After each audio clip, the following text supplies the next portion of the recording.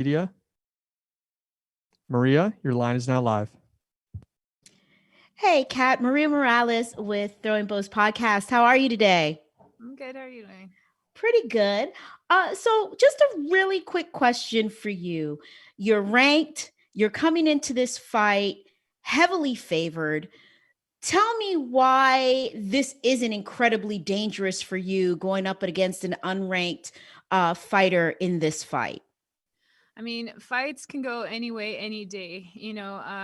Obviously, no one comes here to lose. Everybody comes here to win, and I realize that, and I respect that. And so I train for this fight as if I have, God, so much. It's so much to lose. She's got so much to lose too. I mean, it's very, very tricky here in the MMA world, and really anything can happen. And so I'm taking her very seriously, and I trained extremely hard. Did all of my due diligence on any mistakes that I've made that could be looked up. On top of, got my coaches to get me ready for the expected, for the unexpected, anything of that nature. So, it's a crazy matchup. It's a good matchup. It's a dangerous matchup, and I'm game. One last thing. Earlier this week in an exclusive with Low Kick MMA, you talked about possibly doing a cross promotion fight against Miesha Tate that's now returning to the UFC. Are you doubling down on that after this win? Who knows with these fights. I think right now I got to focus on this one, but when I see that kind of thing pop up, and when I hear about that division getting all mixed up again, like, of course I'm thinking about it. I have wins over all of those people. Miesha Tate's about to fight Marion Renaud, and I have win over her too. So that's of course on my mind, and I see myself in all of that, and I'm very happy over here at Bellator. So it would obviously need to take some negotiating and conversations between people, but like I said, if they want to borrow me for a weekend, or if we can borrow them for a weekend, or however something like that would work out or need to be worked out, I think it would be great for the fans, and I think it would be great for all of us, because those are some great matches that have a history behind them and a lot of questions behind them too. So I think about it. I definitely have it on my mind. Jay? Thanks very much. And hey, Kat, welcome back. I want to build off that a little. I mean, it would be tough to see the UFC allowing something like that to happen. But one fighter who might be on the market is Megan Anderson. She appears to have parted ways with the promotion. If Bellator were to sign her up, is that a rematch you'd like to get back? Of course, totally. I mean, she didn't touch a hair on my head, literally not one, just a toe in my eye. And they made a rule change after that, saying that is officially a poke, and I guess now there's a 5-minute time allotment, as the same thing as if you get a finger to the eye or something. So happy to be a part of history again in the sport, not necessarily in that disgusting way, but it's something that I want to fix. I do think that I was doing good in the beginning of that fight. I was feeling really good during that camp. This is my first fight up at 145, and got ready for it like a beast. And then, it was just this weird, unfortunate ending that just feels very incomplete. So yeah, I would totally like to see that. And her fight versus Amanda was a very interesting one too, because I beat Amanda and Amanda beat her with this crazy ease. And there may be some nerves in there for Megan, but I'm sure that she's hungry to, fix all of that herself. So if she comes over, I would definitely like to revisit that. And one more for me. I mean, Leslie Smith was announced as the next contender for Cyborg's title. Were you a little surprised by that, given she's coming off one win, you're coming off one win, or do you feel that you maybe need another fight or two to really get in that conversation? I mean, I'm okay with getting some more experience, especially because I had some time off before this last one, and I had a big surgery that I really needed to see who and what and how my body was after that. And I'm very pleased, with how I feel and how I'm doing. So, getting in and fighting for 15 minutes against the Gabinator was a very good experience and very good for me to do. And, that exact same night was the night that Leslie fought, and she had a good win that night as well. So I realized that it was going to be one of us. I actually kind of expected for the winner of that fight and the winner of my fight to go against each other. So I did kind of expect this fight this week to be Leslie, but you know, they obviously needed to pick somebody to move forward with Cyborg, and I think that a rematch for them makes sense. And you know, I'm happy to take what I can from whoever wins that fight. And you know, cool, that's down the road, but right now I'm still very, very focused on this fight, and I realize none of that can happen unless I show up and do my best on Friday night. Damon? Kat, you know, coming in from the UFC to Bellator, we just saw the rankings get released recently, and it's kind of nice. You know, they've actually filled up the featherweight division with a lot of talent. You mentioned Olivia's coming in new, but obviously she has past experience. Is there kind of an excitement with this division that you actually have a choice of opponents? Because unfortunately, you know, we've seen with other organizations, you know, where there's like 2 or 3 people on the entire roster. It looks like, you know, Bellator is truly committed to featherweight. Yeah, I mean, it was. I think it's super exciting. I mean, we're the big mama jammas, we're the big girls, you know, and like everyone's strong and everyone's tall and everyone's like beasting it over here. And it's a very deep division, and there's a ton of names and a lot of talent. And I just think it's great to be building it up. I think it's great to have so many options, so many looks, you know, and just that, like, it's just heavy, and everyone offers a different threat. You know, everyone has something crazy to offer here. And there's still so much to be written. There's still so many who versus who going on, where when I left the UFC, it was kind of between, like, there was always like this 5 of us that they were always talking about, even in the 135 division. And they were borrowing 135ers to go to 145, which, I mean, obviously myself included, but I mean, I've always been a huge 135er. So to go up to 145, I still have a cut, but it is like a much healthier training camp for me.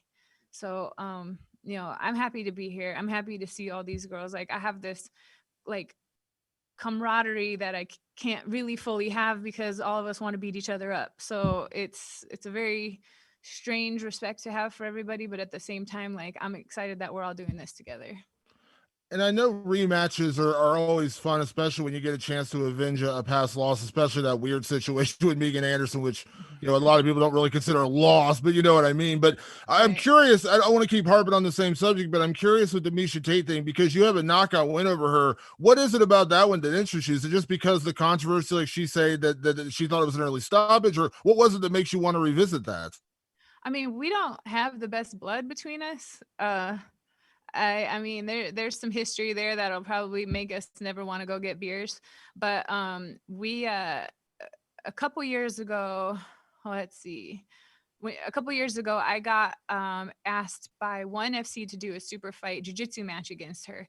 And either I was about to have my surgery or I had just had my surgery, so I wasn't able to do it. So I knew that she had been itching. Like, I knew that she was starting to get the, I want to do this stuff again, you know, itch. Like, it's a hard thing to stay out of.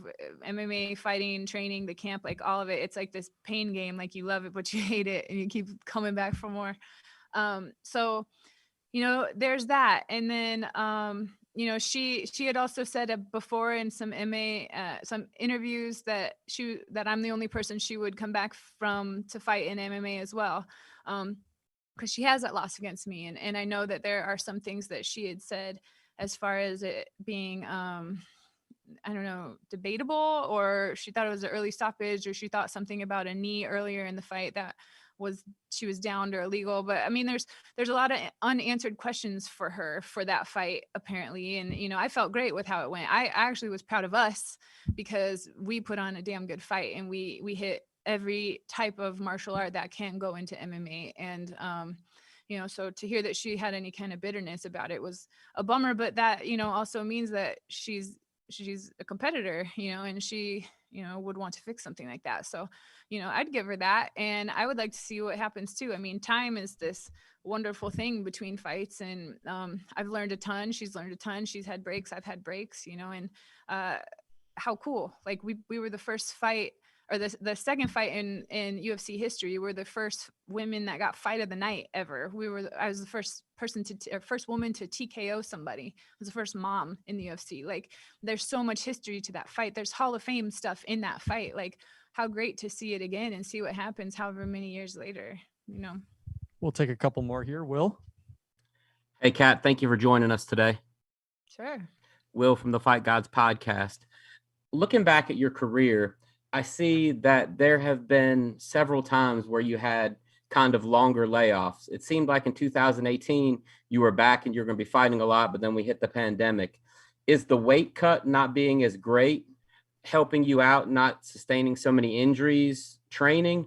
And how many fights do you think we will see you in this year? I mean, I would like to get 2 or 3 fights a year, but I mean, in my defense, like my road hasn't been an easy one as far as this MMA career. I mean, there was a year I fought 7 times in 5 tournaments, 5 jiu-jitsu tournaments. You know, there was years where I was able to do everything because I had the support. But please remember, in 2014, I had my knee exploded. You know, I lost my husband, and I'm raising a child on my own that's grieving. So I didn't really get to come back and do everything I wanted to, because it was more important to me to be there for my kid that needed me than to be there for fans that wanted to see me fight. So, you know, I had choices to make there. I never stopped training, but fight camp is a very selfish thing. Like, you have to be very involved in it, and it feels very terrible to be selfish as a parent. But, you know, I made it work when I could in the ways that I could. And, you know, I had an injury here or there. There was injuries that I even fought through that you guys will know about later, but I'll never tell you now. You know, and just life, you know, and I handled life, and I handled it on my own, and I handled it with the kid that needed me all of the time. And I don't regret a second of doing what was best for him. All right, last one here. Dylan? Hey there, Kat. How are you doing? I'm good. How are you? I'm doing well, thanks. I was just wondering, because I was checking out an interview the other day you did with Mark Raimondi, and you were talking about how your son has reintegrated himself into training jiu-jitsu there. I'm kind of wondering, like, how does that inform your own individual journey as a martial artist, just because it's a generational thing now?